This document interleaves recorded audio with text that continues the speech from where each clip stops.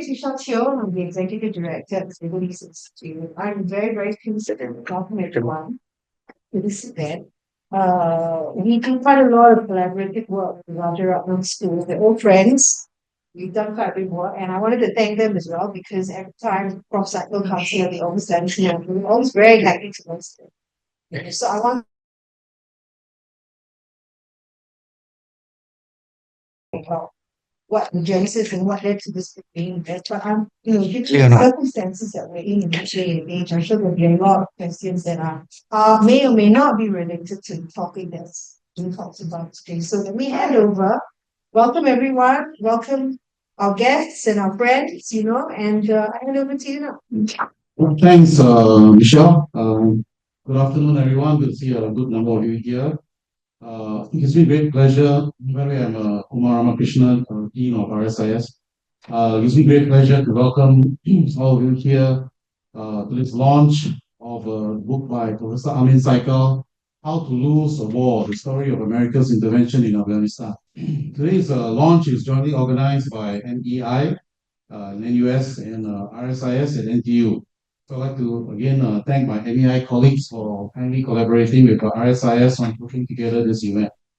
A bit more on Professor Saikal, who actually really doesn't need much introduction, but anyway, Prof Saikal is an emeritus professor of Middle Eastern and Central Asian Studies and the founding director of the Center for Arab and Islamic Studies at the Australian National University, or ANU. He is also an adjunct senior fellow at RSIS and an adjunct professor of social sciences at the University of Western Australia in Perth. Professor Saikal has been honoured by the Australian government with the Order of Australia for services to the international community and to education. He's also an elected fellow of the Academy of Social Sciences in Australia and winner of the Peter Baum Award, ANU's highest honour for distinguished academic achievement. In addition, Prof Saikal possesses an extensive publication record. You can just see that by the book table outside.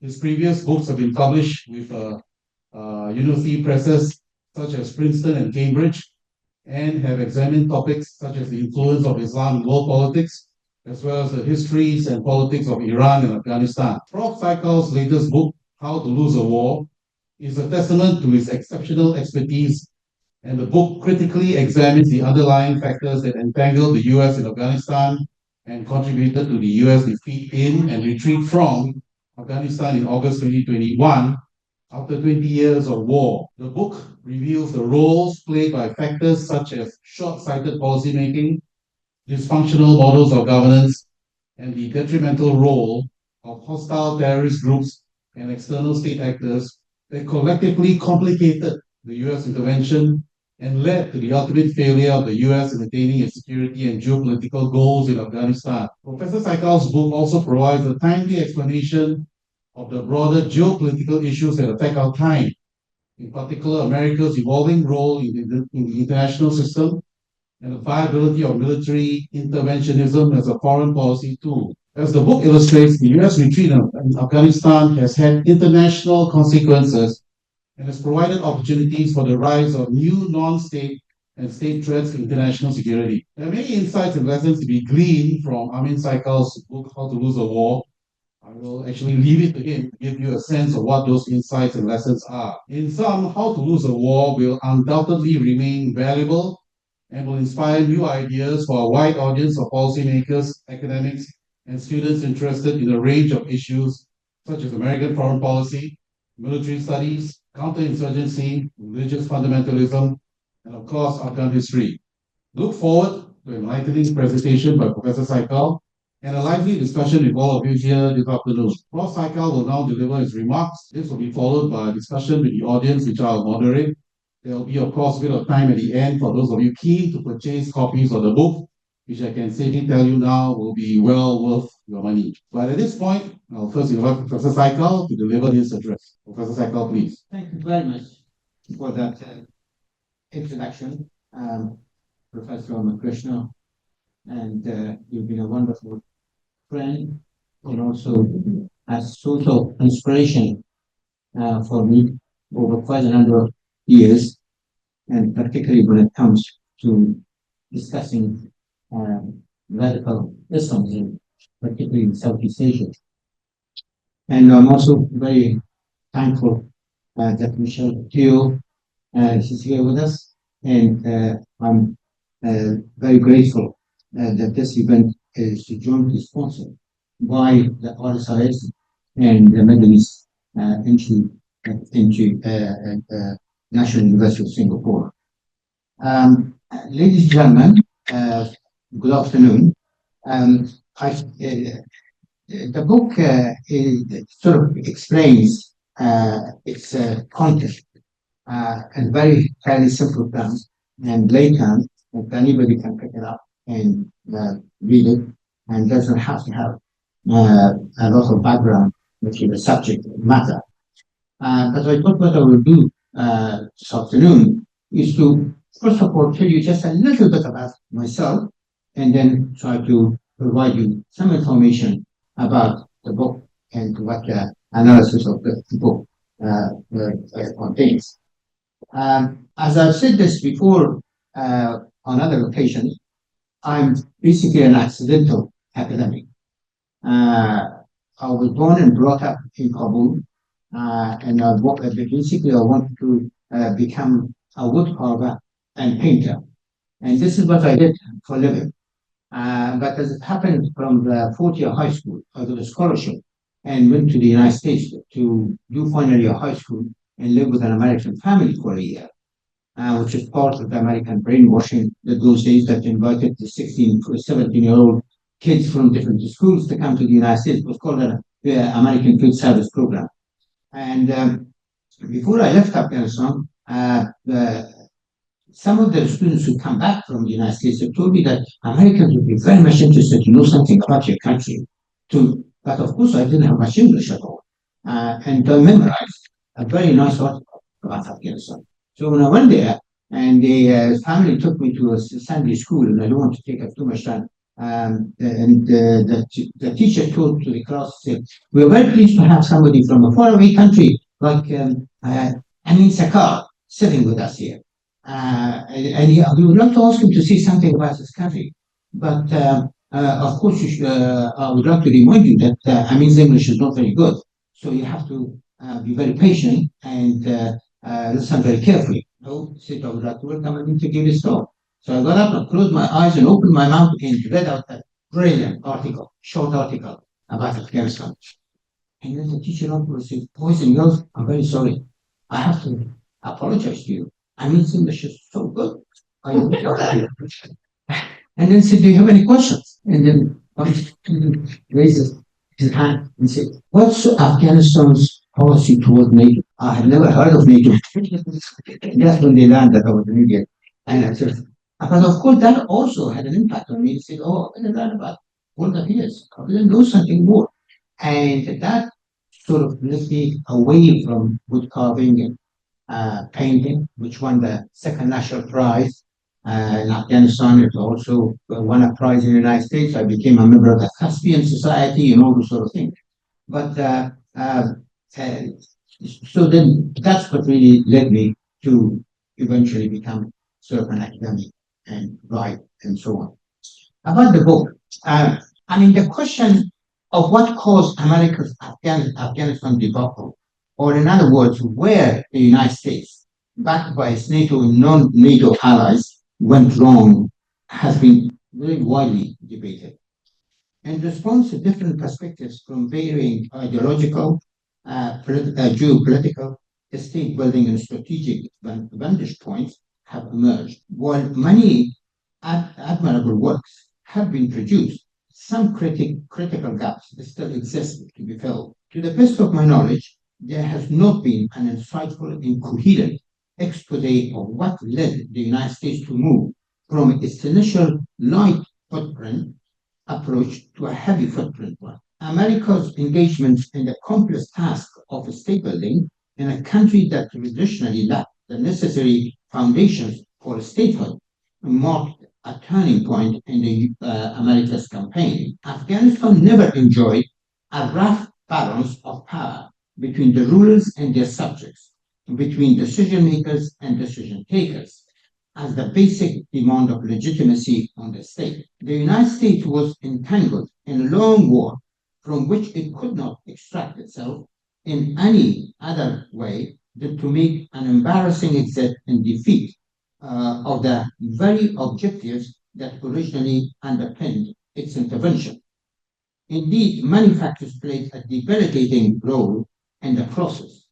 But let me briefly outline 5 that I think centrally contributed to US failures in Afghanistan. First, Washington launched its first campaign without a firm grasp of Afghanistan's mitigating historical and prevailing conditions. It largely failed to consider Afghanistan's traditional existence as a culturally divided and geographically besieged country made up of a collection of many differentiated micro-societies with none commanding a majority in the country. Afghanistan is indeed a land of minorities. Nor the United States really paid, or American policymakers paid sufficient attention to the fact that Afghanistan had craved for most of its life for national unity since its foundation as a recognizable political and territorial unit in the mid-18th century, and that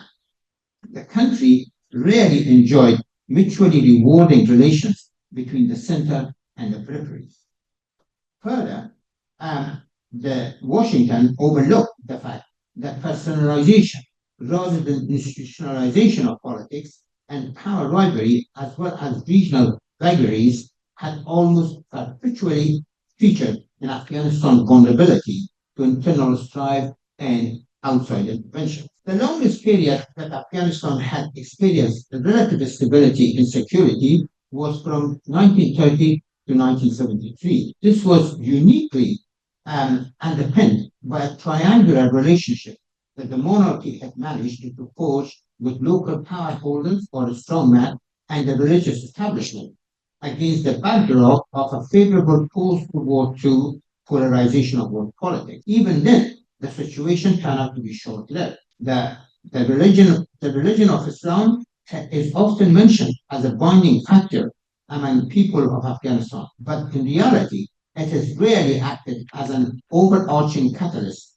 for national unity against entrenched national privileges. It has often been manipulated by rulers and their supporting elites for political legitimacy in different versions and forms. Driven by a mix of neoconservative ideas, reborn Christian convictions, and ultra-national zeal, as well as America's unique world power status, the assertive Republican George W. Bush's leadership was in a hurry for both domestic and foreign policy reasons. And in a retaliatory response to 9/11, it wanted to assure the United States public of their security and to preserve and strengthen America's sole power status in the post-World War era. Despite the advice of one of the key architects of the America's intervention in Afghanistan, Paul Wolfowitz, against getting bogged down in Afghanistan, as the Soviets and British had done, President Bush had no time for any insights into the complexity of Afghanistan and its region. Backed by several advisors, including the CIA director, he appeared confident that America's brute power would rapidly prevail, enabling the United States to stabilize Afghanistan and to help unfold a process of change that could endow the country with an acceptable system of governance within a relatively short period and at minimum cost. Embedded in this was an unrealistic expectation that the United States would be able to thin out its force deployment once presidential and parliamentary elections had taken place in Afghanistan within 4 to 5 years. Second, the United States did not uproot the Taliban or their Al-Qaeda allies. It simply toppled the Taliban government and dispersed Al-Qaeda, whose leaders and main operatives escaped to Pakistan. The United States Central Command declined to General Jim Mattis's offer to decapitate both Al-Qaeda and the Taliban. Instead, the Central Command relied on a corrupt and poorly equipped Afghan warlord by the name of Hazrat Ali to do the job, who in return for money, facilitated bin Laden's escape and thus deprived America of capturing dead or alive its prime target. This, together with Washington's taking on face value the assurances of Pakistan's military ruler, General Pervez Musharraf, that his government would turn its back on the Taliban and Al Qaeda as long-standing clients, proved very costly for the United States. As former ambassador and commander of U.S. forces in Afghanistan, Carl Eikenberry says, these developers worked against any short-term operations in Afghanistan. The prolonged and agonizing hunt for bin Laden meant that the United States was compelled to deepen and widen its involvement in Afghanistan. Meanwhile, Eikenberry relates that he, the CIA, and some other commanders on the ground became concerned as early as the second half of 2002 about the Taliban and Al Qaeda regroup, but their worry didn't seem to strongly register with the political and military elites in Washington, as planning for the invasion of Iraq was given priority. Consequently, part of the US resources, including most importantly of the CIA, which were really focused on the hunting bin Laden, was diverted to Iraq. And also other resources like the airborne platforms as well as the intelligence platforms were diverted from Afghanistan to Iraq.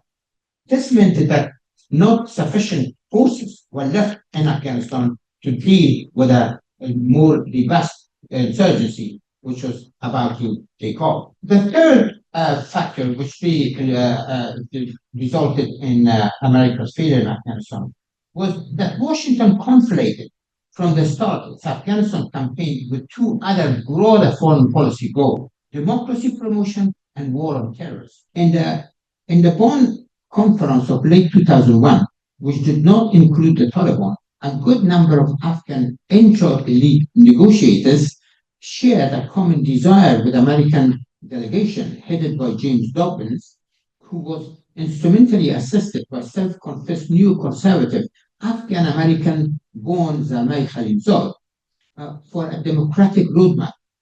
However, the Afghan negotiators did not know that the Bush administration's focus was also on linking democratization and fighting terrorism in Afghanistan to promoting democracy and the wider war on terrorism in the Middle East and beyond, with a view to re-imaging the world order in support of the US as the sole post-Cold War superpower. The United States launched its military campaigns in both Afghanistan and Iraq without clear and detailed strategies or an end game. As former US Secretary of Defense Robert Gates states in his memoirs of 2014, the United States did not understand the complexities and intricacies of either Afghanistan or Iraq. Its intervention began more or less as knee-jerk actions rather than being embedded in well-thought-out plan of actions, including measures that could enable it to deal with unforeseen developments. The fourth issue that really torpedoed the American efforts in Afghanistan, that the United States could not secure a credible and effective partner on the ground in Afghanistan, as also proved to be the case in Iraq and had proved before in Vietnam. The Bonn process of democratization and its implementation spawned an ineffective and kleptocratic system of governance and incompetent political leaders. This was so under both President Hamid Karzai and Ashraf Ghani, depriving the United States and its allies of competent and reliable Afghan partners and the necessary mechanisms of control on the ground. After the presidential election of 2004, whereby Karzai was elected with a majority vote, the whole system descended into a farce. The politics of dualism that had haunted Afghanistan for most of its history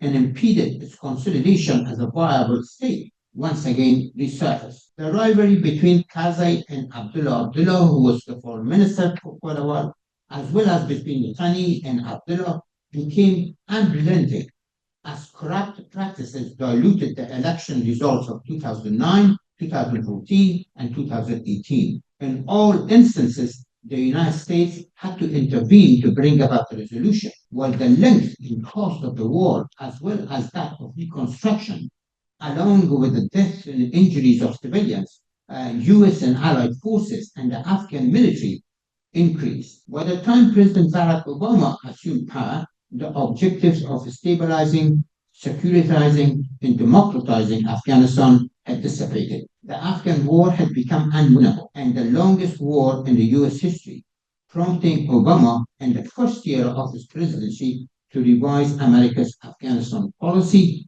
and set a date for withdrawal of most of the US and allied troops by the end of 2014 as part of a strategy of military exit altogether by 2016. The United States involvement was now clearly timed rather than condition-based, which was music to the ears of the Taliban and their supporters. The finding and killing of bin Laden near Islamabad on 2nd of May 2011 only further strengthened Obama's resolve about true exit. Indeed, neither Obama nor Donald Trump or Joe Biden, who completed the withdrawal process, wished to have anything less than a respectable forced departure. But the weaknesses of the Afghan governments increasingly became the strength of the Taliban. Washington's policy of Afghanizing the war by bolstering Afghan security capability, protecting the urban centers, and pressuring Pakistan simply did not work and came too late. The choices at the end were either to remain militarily engaged at growing human and material costs for many more years, or cut their losses and make an early exit. The fifth factor was the absence of a viable strategy that coordinated the three critical dimensions of state building.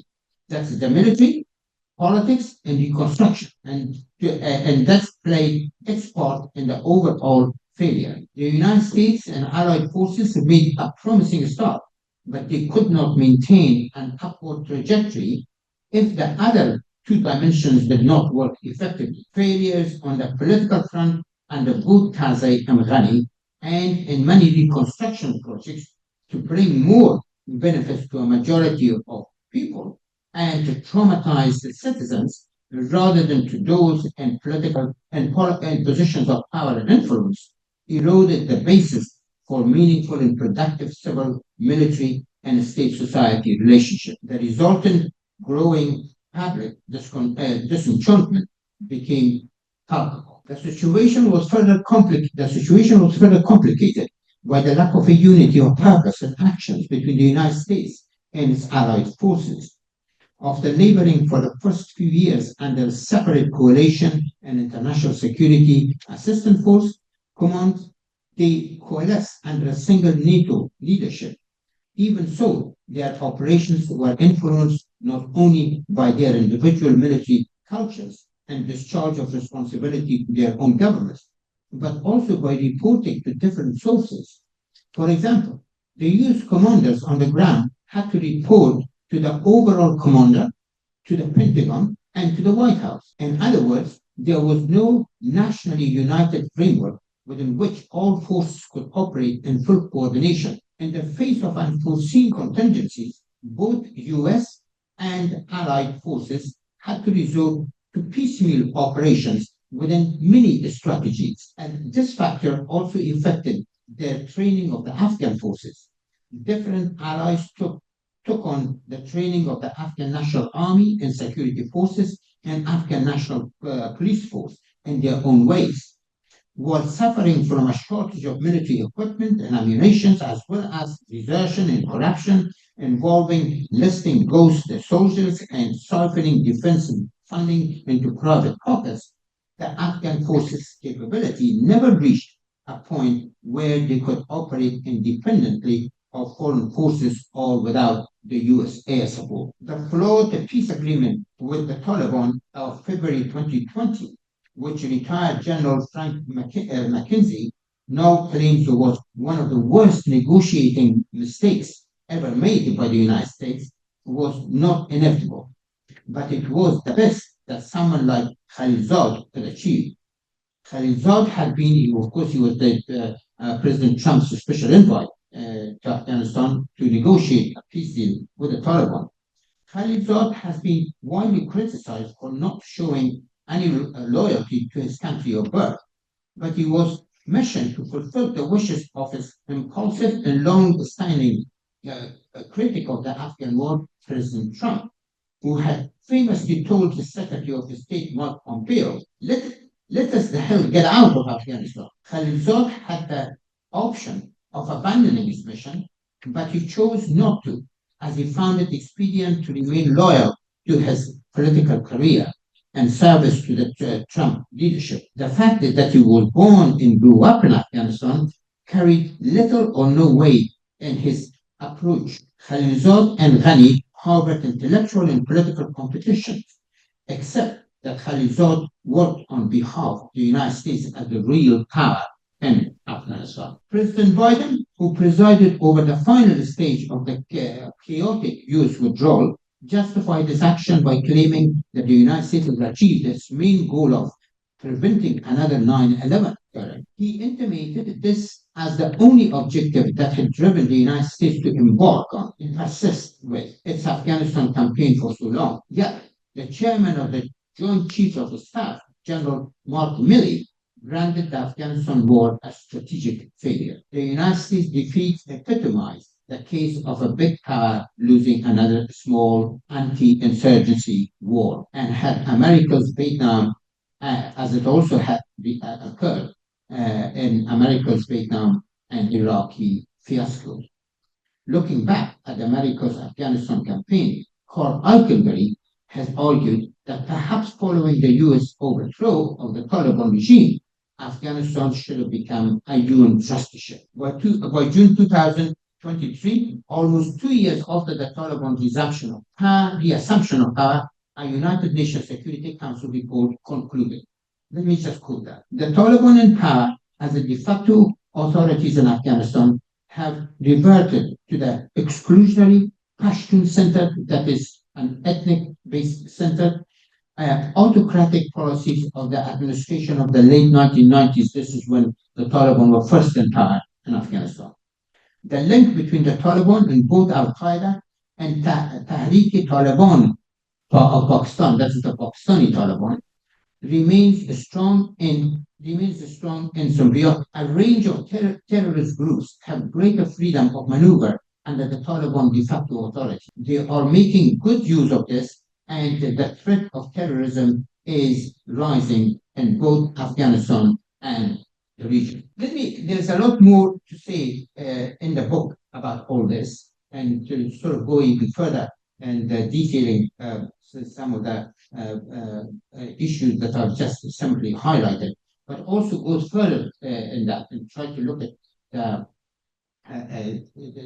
the status of women in Afghanistan under the American watch, and also it looks at the economic landscape of the country and the social changes that are already taking place, and also in terms of whether education really paid off and the investment that the Americans have made in that, and also in terms of the health services, because the United States has spent something like $135 billion on the reconstruction of Afghanistan, which with that sort of money you could have rebuilt Afghanistan 3 times. But of course, a lot of that money was sort of went into the bank accounts of individuals and the pockets of individuals and so on. And there was no actual accountability. And also many other foreign firms which had been employed, and these are private firms, they benefited enormously from the amount of money which was really spent in Afghanistan. But what are the main lessons to draw? And Kumar ended his introduction with that issue. Well, the most important lesson that could be drawn or to be learned from the United States better Afghanistan experience are a few, which I would like to not go through all of them, but at least try to outline 5 of them very brief. One, you want to transform a country like Afghanistan. Of course, there are many other countries around the world which is very much on same scale as Afghanistan. There is a need for a culturally sensitive form of democratic state building, which is developed according to the specific social, cultural, and political traditions of the country, deeply rooted in its ethno-tribal and Islamic landscape. The centralized Western presidential model of government, which came into existence in Afghanistan and on America's watch, completely failed to enfranchise the disparate ethnic and tribal communities in the country. Second, there is a need for greater attention to be paid to bottom-up state building rather than purely top-down democratic state institutions. In Afghanistan, the failure to build a widely based, well-educated indigenous civil society and the dominance of Western paradigms of advocacy NGOs could not generate the appropriate conditions whereby people could make the most of their civil liberties to engage with democratic practices. A lot of Afghans really didn't know what democracy really meant. And that reminds me of a story that I was told by one of the UN workers in Afghanistan. That he went to one of the villages outside Kabul and was trying to tell the villagers about the values of democracy, that how important democracy is. And one of the old men raised his hand and he said, "Oh, thank you very much for telling us, but I thought that our king was King Zahir Shah, and he was still king." So he thought that actually democracy was the name of an individual rather than. And of course, that was quite sort of widespread. And the Americans, and for that matter, the allies and the Afghan allies, were not really successful in terms of educating the public first, before they wanted to really push for democratization in Afghanistan. The third, I think, the lesson is that there's a need to recognize the fact that if the building of democratic institutions and processes was always to be compromised when it came into conflict with security objectives, democracy itself would be undermined. At various points in the state building process in Afghanistan, and the United States used its power to influence outcomes in its quest for democratization, as exemplified by Khalid's constant intervention and guiding the Afghans which direction they should really take. Furthermore, as Pakistan's relentless support of the Taliban became the center of nexus of instability and violence in Afghanistan, the contradiction between America's democratic state building rhetoric in Afghanistan and its concurrent wobbling towards a military-dominated Pakistan appeared not just hypocritical, but fundamentally damaging to any hope of helping Afghanistan transform into a viable state. The fourth thing which is needed is to educate the public and establish the rule of law as a fundamental imperative for transition of a developing country into a viable state. Without such an imperative, any attempt at democratic state building can only be futile, as the Afghanistan case is proved, and also so is the Iraqi case to a large extent. Iraq is still in chaos and hasn't really recovered from the trauma of 2003 invasion. Finally, there is a need a state building without a transparent and well-regulated reconstruction and development aid in a post-conflict state is futile. One of the most significant problems to confront post-conflict reconstruction efforts in Afghanistan was not so much the lack of funding, because there's plenty of money coming in, but rather of transparency around the destination of the funding that existed. They didn't know. A lot of funding just simply disappeared. And there was no accountability, there was no tracing in where they really gone. And of course, it did involve into the pockets of Afghans. Also, the many advocacy NGOs that had come to Afghanistan, and a lot of private funds that came into the country, and a lot of waste, which was also registered in Pentagon, and the amount of money that they really spent.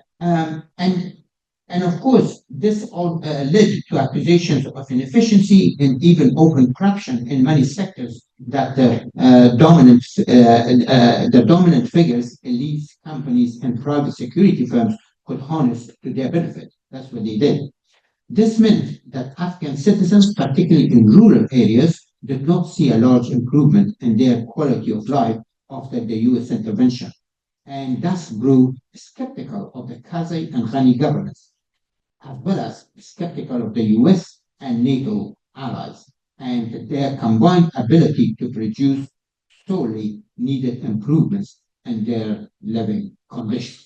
So three of these really came together to contribute to the failure of the United States in Afghanistan. And at the end, it had to make a humiliating exit of the 2 decades of fighting what was really in many ways a low level insurgency. It wasn't a high level insurgency. It was a low grade insurgency. And yet these are the sort of factors which resulted in the failure of not only the United States, but also had repercussions for NATO. NATO was supposed to be the world's most the significant military alliance, and yet it extended its wing right across Afghanistan. And at the end, the failure of the United States also meant the failure of NATO. Anyway, I can go on and on and on, but there's a lot in the book itself. So I'm sorry that I will stop here, and I'm happy to respond to any question or hear views from you. Thank you very much. Thanks, Professor Saikal, for the very clear exposition of some of the key factors as to why the US ultimately failed to achieve its geopolitical security objectives in Afghanistan. So very briefly, just to recap, the five factors mentioned by Prof Saikal. Washington, number one, Washington did not fully understand Afghan's culture and society. It's a land of minorities, as he pointed out, and compounding there was the fact that after September 11, the Bush administration was in a hurry to act decisively in response to the Al Qaeda attacks in New York and Washington. So it was a very unrealistic expectation on the part of the Bush administration to think that they could have achieved the ouster of the Taliban and Al Qaeda very fast. It brings me to the second point he brought up, that the US merely toppled Taliban and Al Qaeda, did not uproot them from the society.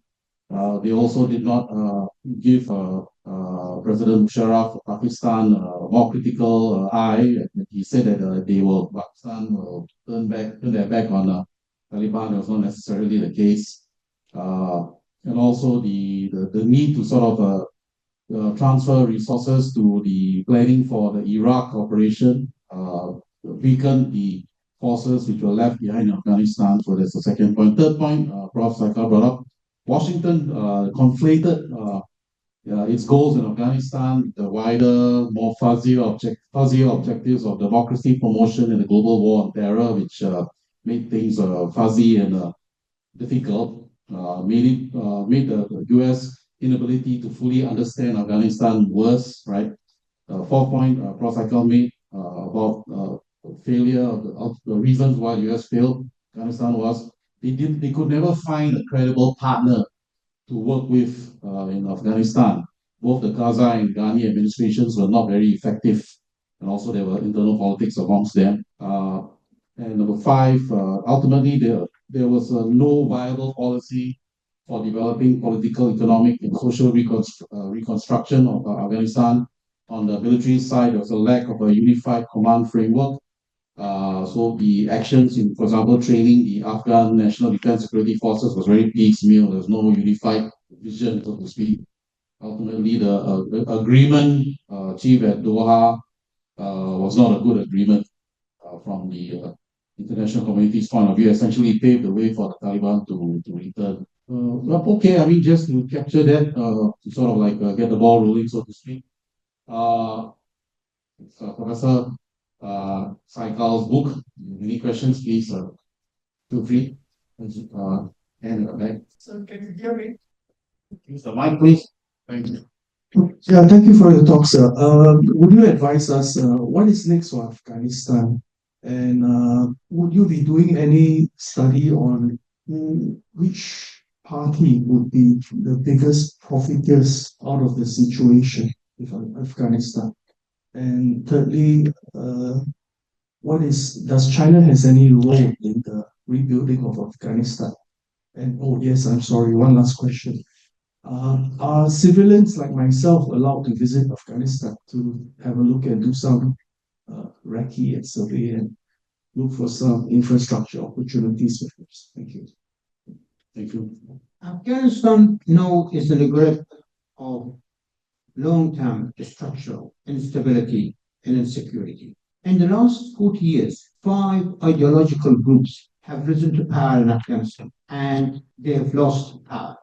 That is a record for any country. And the United States defeat in the country created a vacuum which the Taliban have come to fill. But the Taliban are product of an environment that has been historically riddled by personal rivalries and by personal animosities, as well as ethnic differences, religious differences, and social differences. And my reading of the situation is that the rise of the Taliban or return of the Taliban to power is just another phase in a very turbulent evolution or historical evolution of Afghanistan. I don't think that the Taliban rule will last forever, just as these other ideological groups have come and gone. Because what cannot really work in Afghanistan is the politics of extremism, whether it is from the leftist side of the spectrum or from the rightist side of the spectrum. The only thing that can really work in the country is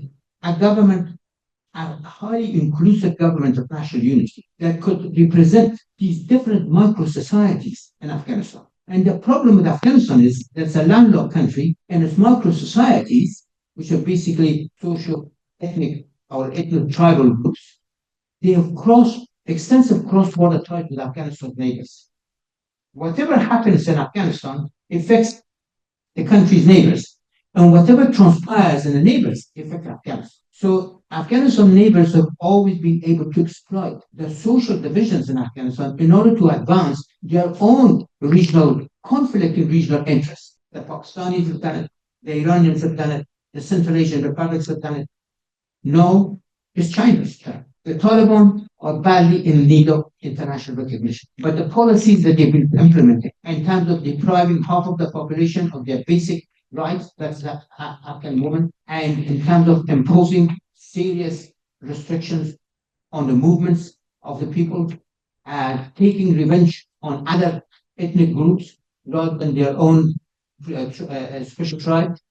I mean, these are the sort of things which are going to generate more and more discontent in the country. But because, and there is also an opposition emerging, there's no question about it. I mean, there's at least 2 armed opposition, which is they have their headquarters outside. One is led by the son of the legendary Mujahideen commander Ahmad Shah Massoud, by the name of Ahmad Massoud. Its headquarters is in Dushanbe, Tajikistan, and there's also the Afghanistan Freedom Movement. But there's also an Afghan woman movement from inside. But the problem is that they do not have any support from outside.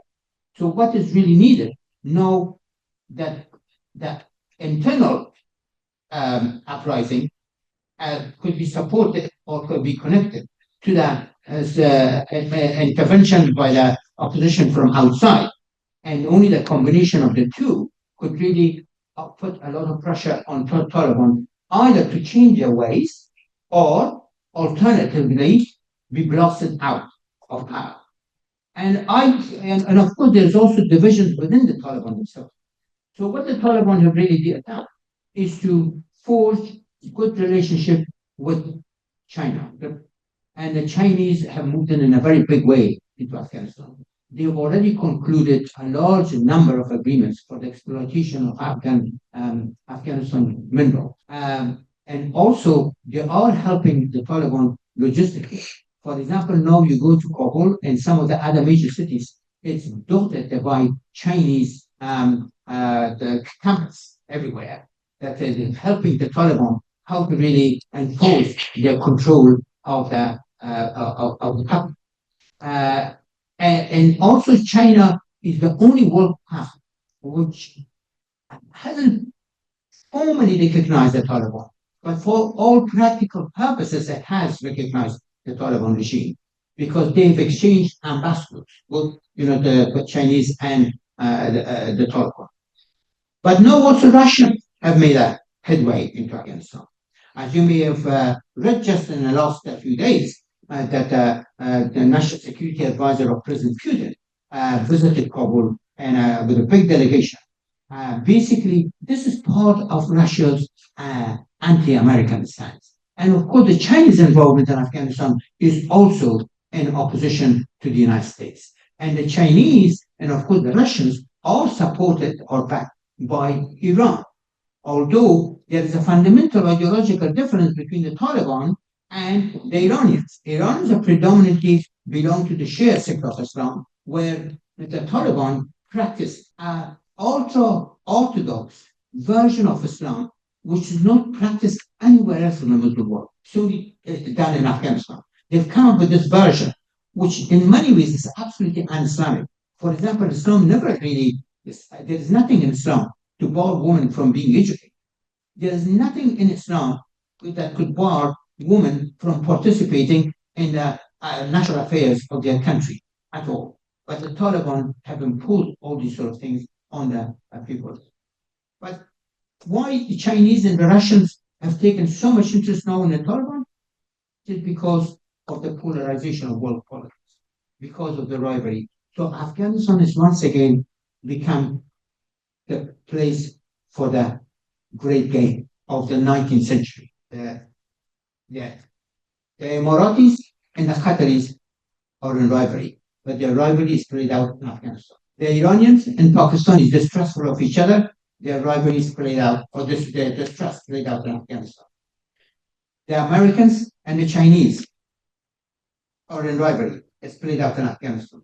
The Russians and the Americans in rivalry is played out in Afghanistan. So this has actually benefited the Taliban to entrench their position. But how long that will continue, that of course remains to be seen. Thank you. We have the next question, please. Appreciate you can briefly introduce yourself for the sake of Prof Saikal. Hi, Prof Saikal. My name is Huzair. I'm from the Dean's Office at RSIS. I just had one question. Do you foresee the trajectory of Afghanistan under the Taliban's rule as evolving into something like Iranian theocracy? Do you foresee Iran as a second? Do you foresee Afghanistan as a second Iran, so to say? I think that Taliban would love to establish something similar to the Iranian model. But the Iranian model is more based on a Shia version of Islam. Ayatollah Khomeini came up with a very peculiar model which could suit the conditions in Iran, because a majority of the Iranian public at the time were craving for their traditional understanding of Shia Islam. And of course, Qom, which is just outside Iran, had become the bastion of political activism, Shia-based political activism for a long time. In Afghanistan, you don't have something like that at all. So what they are really, the Taliban, trying to do is to turn Kandahar, which is the southern city of Afghanistan, into something similar to Qom, where all the sources of religious authority arise from there and implemented across the country. But you're going to have enormous difficulty because Afghanistan is a highly ethnic tribal societies. And in fact, if it wasn't for a central force to impose itself on these micro societies, they could easily break up. There's no question. They don't share a great deal in common apart from religion of Islam. But then the religion of Islam has never really proved to be a gel for unity. Look at it in the case of Pakistan. Pakistan came into existence as an Islamic state, and Ali Jinnah, the founder of Pakistan, he wanted Islam to be a factor of unity among the Pakistanis. But that hasn't really worked. I mean, now you've got four national groups and one Mahajir group, you've got the Punjabis and the Sindhis and the Pathans and the Baluchis. I mean, if it wasn't for Punjabi's control of the military in Pakistan and also some of the important levels of power, Pakistan could also easily implode. And I think that's what's really worked. I mean, I do recall that once I was chairing conference at the Australian National University, and I invited the former Prime Minister of Australia, Bob Hawke, to come and open it. And the night before, I had dinner with him, and he said, "Look, I'm going to say something very controversial tomorrow morning. Is the Pakistani ambassador, High Commissioner, is going to be there?" I said, "I don't know. I have no idea whatsoever." He said, "I'm going to say it anyway." And I said, "What is it, Bob?" He said, "I'm not going to tell you no, because then you might tell me no, shut up." So the next morning, he came and appeared, and he said he would like to recommend that the military retake power in Pakistan because the civilian government under Nawaz Sharif was not really working. And of course, that made all the headlines. Nobody talked about our conference. The newspapers did that headline, and the television radio. But so Islam has not. If the Taliban thinks that their version of Islam is going to unite the disparate groups in Afghanistan, well, I think they're sort of quite mistaken. Thank you, Professor Saikal. My name is Oleg. I was born in Tashkent in the 80s, so I remember the military planes. One of my childhood memories is the military planes flying over my head, flying warm bodies into Afghanistan, and then cold bodies back into Soviet Union. Knowing this, do you think the war was even winnable from the start? There are many reasons why Americans lost the war. Was there one reason or two reasons why they could have won it? And if so, what would the victory, what could it look like for the Americans and for the Afghan people? Thank you. Thank you very much. That's a very good question. And in fact, I mean, this is one of the important themes of this book. It's actually the war, the way that the United States approached the whole thing became unwinnable from the very beginning. I mean, of course, the Bush administration in the wake of 9/11 had to do something in order to demonstrate to the American public that their government is in command, is in control, and also to really show to the world that the United States was the only superpower in the post-Cold War era. So these two considerations played a very important role in the decision-making process in the White House, which I've been very fortunate to have access to these sources. And that's what's really new in this book, that discloses things which haven't been disclosed up to this point. So it was a sort of a rush job. Let us go, we will use American power, we use our 52 bombers, and we sent a contingent of CIA to spearhead the American invasion from northern Afghanistan, and also send them with the millions of dollars to distribute it to these Afghan warlords to support the CIA operations in Afghanistan.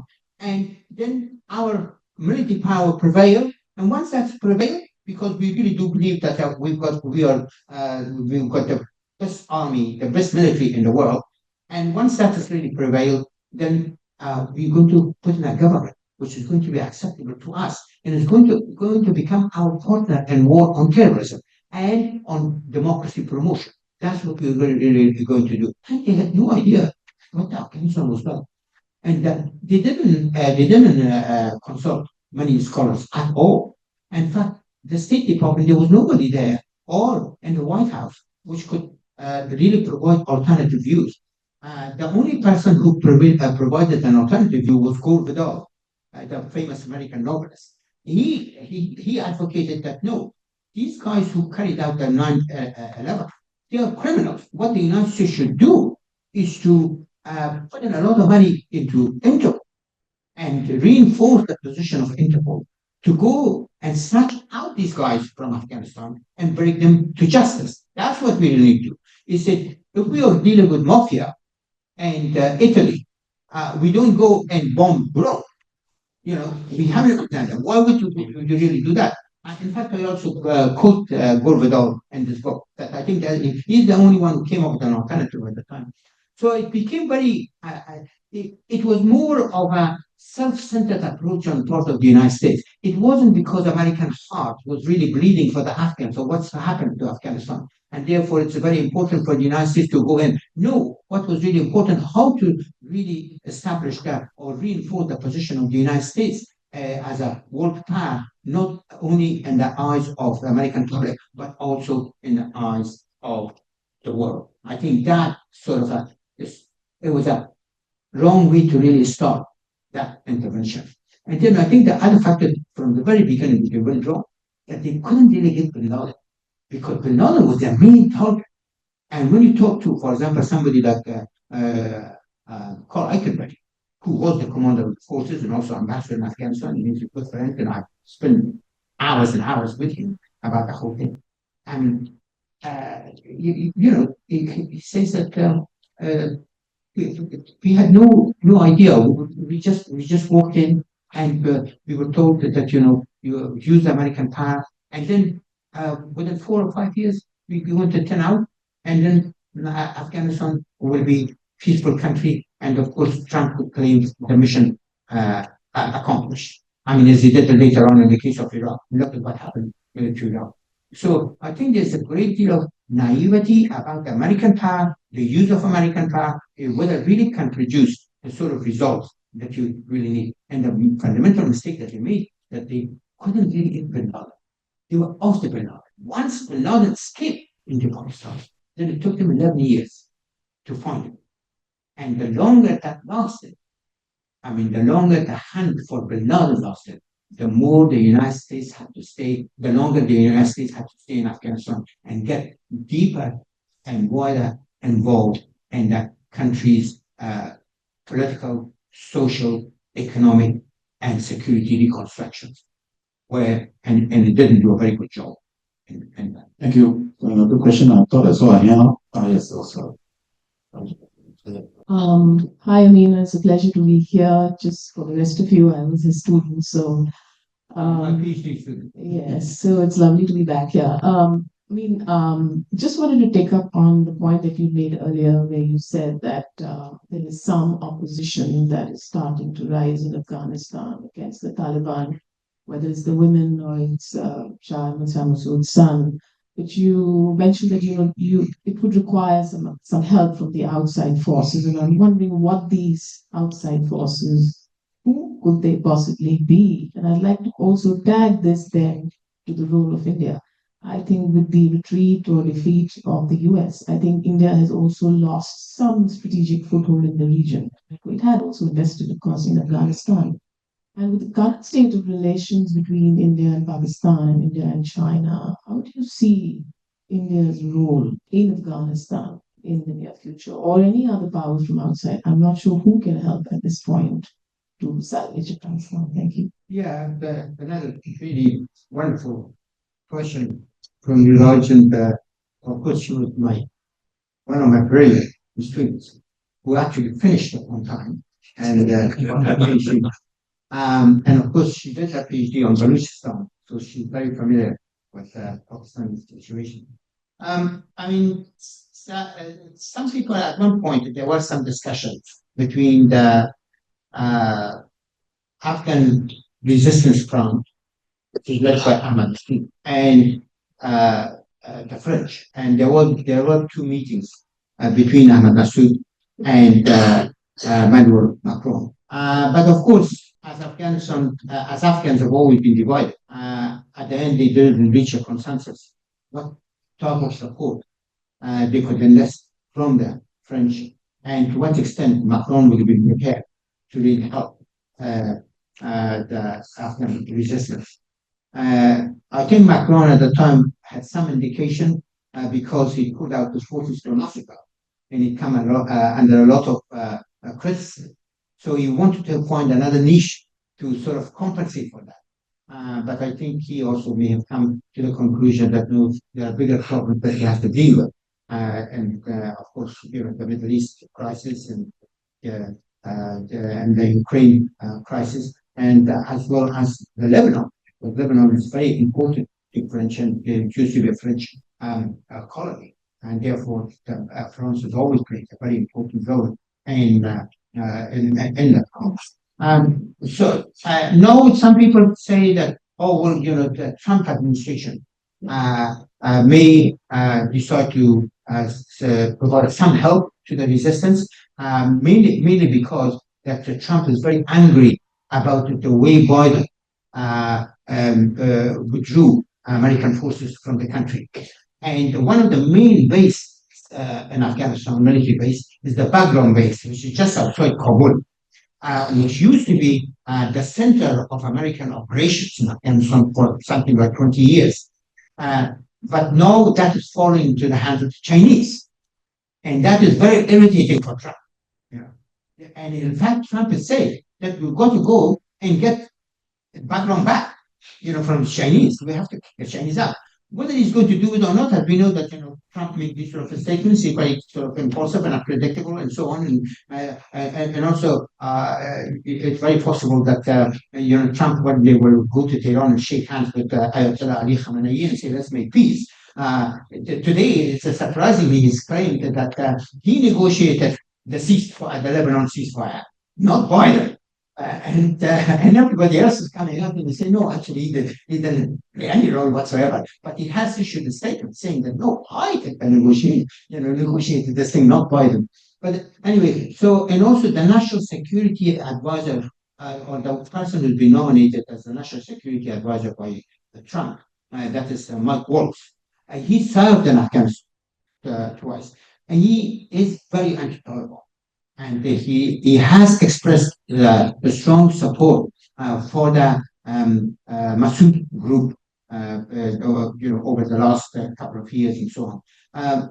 Something may eventuate or may not eventuate, but then again, would the United States would like to really go into competition, active competition with the Russians and the Chinese in Afghanistan? No, I doubt it very seriously that they're going to send back troops and so on. I mean, they did it in the case of ISIS, which is, arose in Iraq and Syria, but that was something more of an international coalition. So that would be very, very separate. And also, none of the members of NATO are very much interested. They've got much bigger problems to handle. Ukraine is far more important. And what's really happening in the Middle East and so on. So Afghanistan, in many ways, is a sort of forgotten country at the moment. But that's not to say that rivalry is still does not really play an important role, major power rivalry. And of course, also regional rivalries are not really playing any important role. Of course, as you know, there's a very close strategic relationship between Islamabad and Beijing, and also Pakistan is an important link in China's Belt and Road initiatives. And as you know, the China-Pakistan corridor is very, very important. And they are actually trying to bring Afghanistan on board, because what it really means is that Afghanistan could become part of that initiative, which really then extends to Iran, and the Chinese have signed a 25-year treaty of cooperation with Iran. They've become very close, and Iran has also become a member of the Shanghai Cooperation and all these sort of things. And so then China could find direct access through Iran, and given Iranian leverage in Iraq, and given Iranian leverage in Syria, and given Iranian leverage in Lebanon, and China could find direct access to the Mediterranean. This is something which has not been very widely debated and widely cited. I have published a couple of things on it, and I think that is something the Chinese are very keen on, sort of particularly in terms of the competition they're entering on the Middle East, in the United States, and allies. And also, China right now is trying to mediate between Taliban and the Pakistani. Because the Taliban have started supporting the Pakistani Taliban, who wants to transform Pakistan along the same line as what the Taliban has done in Afghanistan, to restore the kind of friendship that existed between them in the past. I mean, Pakistan still has strong leverage in Afghanistan, and the Pakistani intelligence, powerful intelligence, ISI, has got its people all over the country, but of course also the relationship has turned south to some extent, simply because that the Taliban, as part of their devotion to this extreme Islam, is supporting the Pakistani Taliban, and that has become a source of irritation and discomfort for the Pakistani military, which is really the power behind power in Pakistan. Thank you. Prof. Rohan from RSIS. I'm sorry, there is no such a thing as short answer.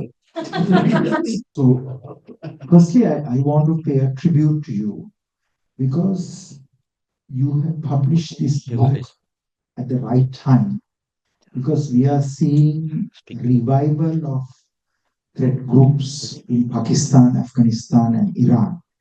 For example, Al Qaeda is reconstituting. The current leader of Al Qaeda was in Afghanistan, but now he has moved to Iran, Saif al-Adil. The ISKP leader, the Islamic State, the ISIS key leader, operating leader, is now in Pakistan, in Balochistan, but he was in Afghanistan for a very long time. So revisiting Afghanistan is very important, including for people in Singapore, because about 30 Singaporeans were trained in Pakistan and Afghanistan, and also in another Southeast Asian country to do operations here.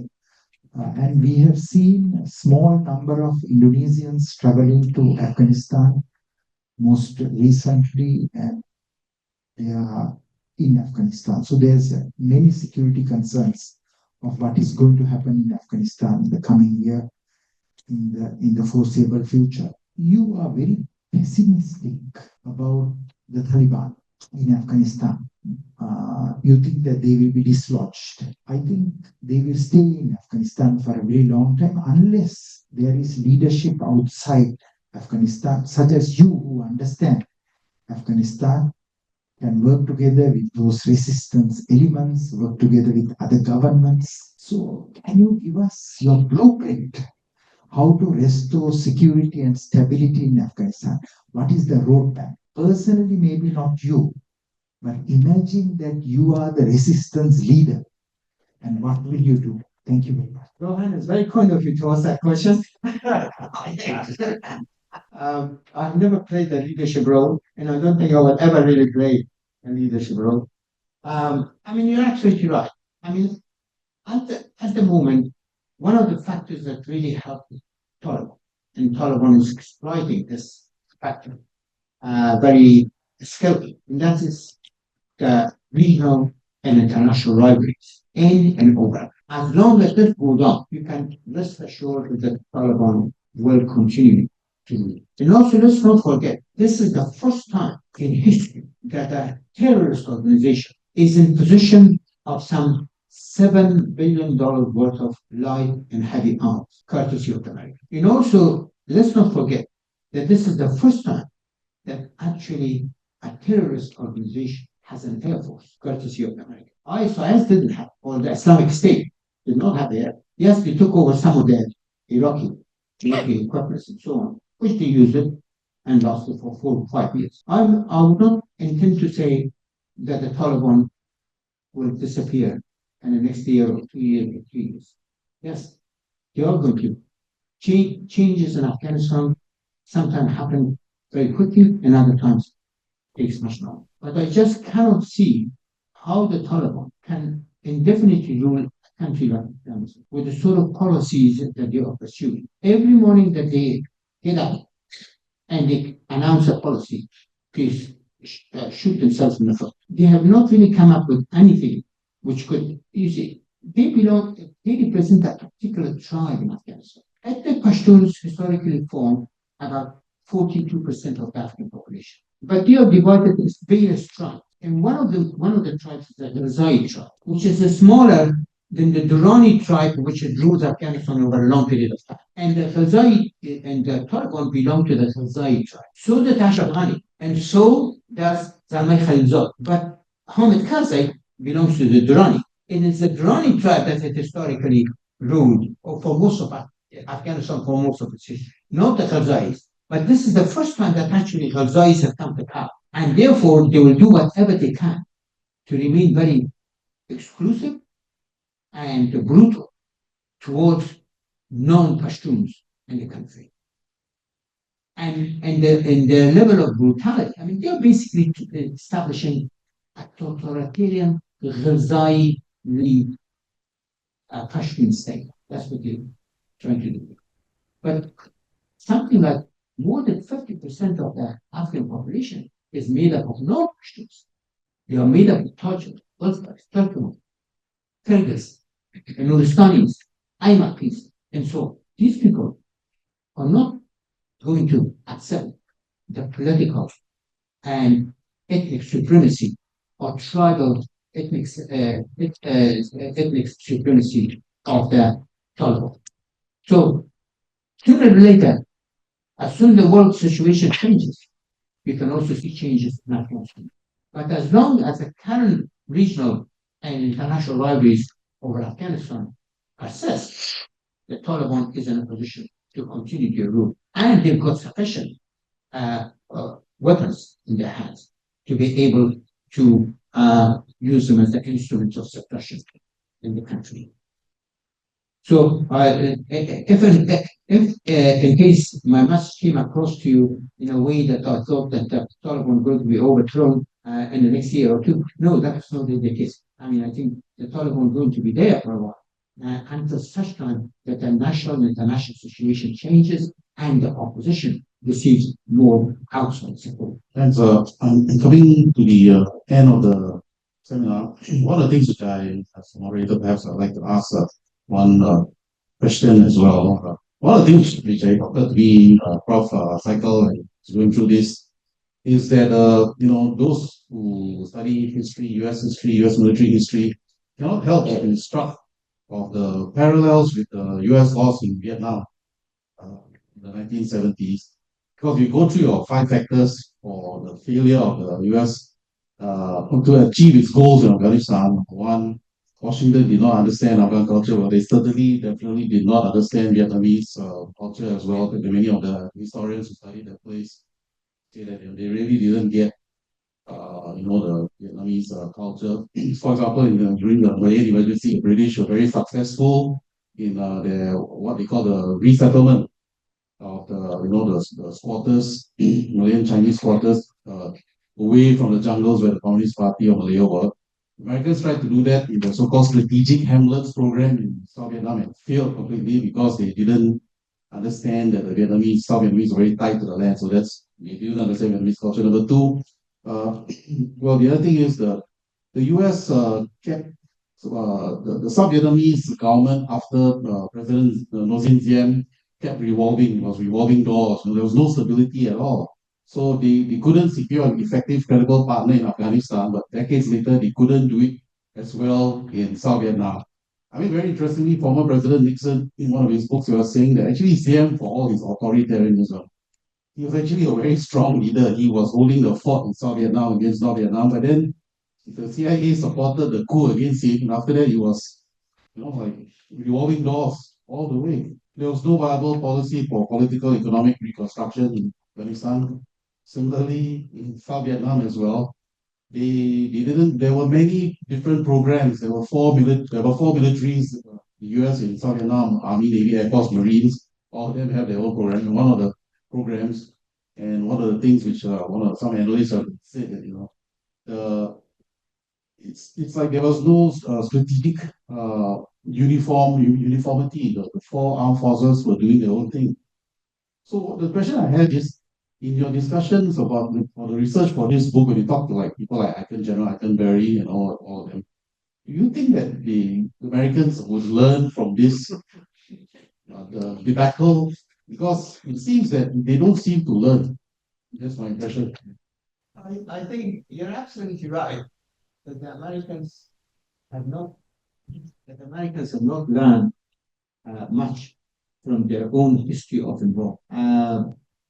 I gave the Jane McLean oration in Victoria University last year, and it was on the topic of how a major power loses a small war. So I looked at 3 cases: Vietnam, Afghanistan, and Iraq. And in fact, I've been approached now by Yale University Press, which established this book, that if I could also write a book. They have got a copy of my talk that I had given at that oration. And he said, "Oh, this is very good. This is very interesting. We would like you to write a book." I haven't signed a contract or anything because my wife and my children keep telling me when am I going to retire. So that's the main source of pressure at the moment. But you're absolutely right. That's one of the important things. And I discussed this with some American policymakers as well as the American leaders. And you tell them, and you say that, look, most of these decisions are made by politicians, not by the military. We just simply implement the policies handed down to us. But if it was left to us, we would have taken a different route, even in the case of we will not really follow it. But and of course there was also a time difference between the politicians and the military leaders. The politicians always looked at the next election, how quickly that they would be able to achieve something, that they go back to the public and say, really, I mean, this was the case with Obama, this was the case with George W. Bush, this with Obama, and of course also with Trump. This whole thing. But the military timetable is always different, is in conflict with the political leaders' timetable. They want longer period to achieve an objective on a more coherent and appropriate strategy, and not in terms of meeting the demands of the political leaders in terms of the electoral cycle in addition. And I've discussed that in the military, some of the military leaders, including Paul, acknowledged that. You see, but then again, you see the way the whole American power is structured. It is really the politicians who make the final decisions, and we have to just simply implement what the policies were handed down to us. At times, they've told me that at times they can make some difference on the ground, and they can make some, but overall, they cannot get away from the main framework that policy which is handed down. Well, thank you very much, Prof Saikal. I'm sure all of us would feel that we have learned a lot this afternoon, and I myself have always enjoyed listening to Professor Saikal whenever he speaks, because there's much he knows, and he has very kindly put his insights into form of this book, How to Lose a War, and we do a plug for him. This is a very, very good book. It's very relevant. And when I first heard him present on this book in Perth a few months ago, when Bo was speaking at the event, I knew that I had to get him in Singapore to sort of launch the book here as well. So please join me in thanking Prof Saikal. Thank you very much. And the book is outside, so please, those of you want to buy, please do so. Thank you very much.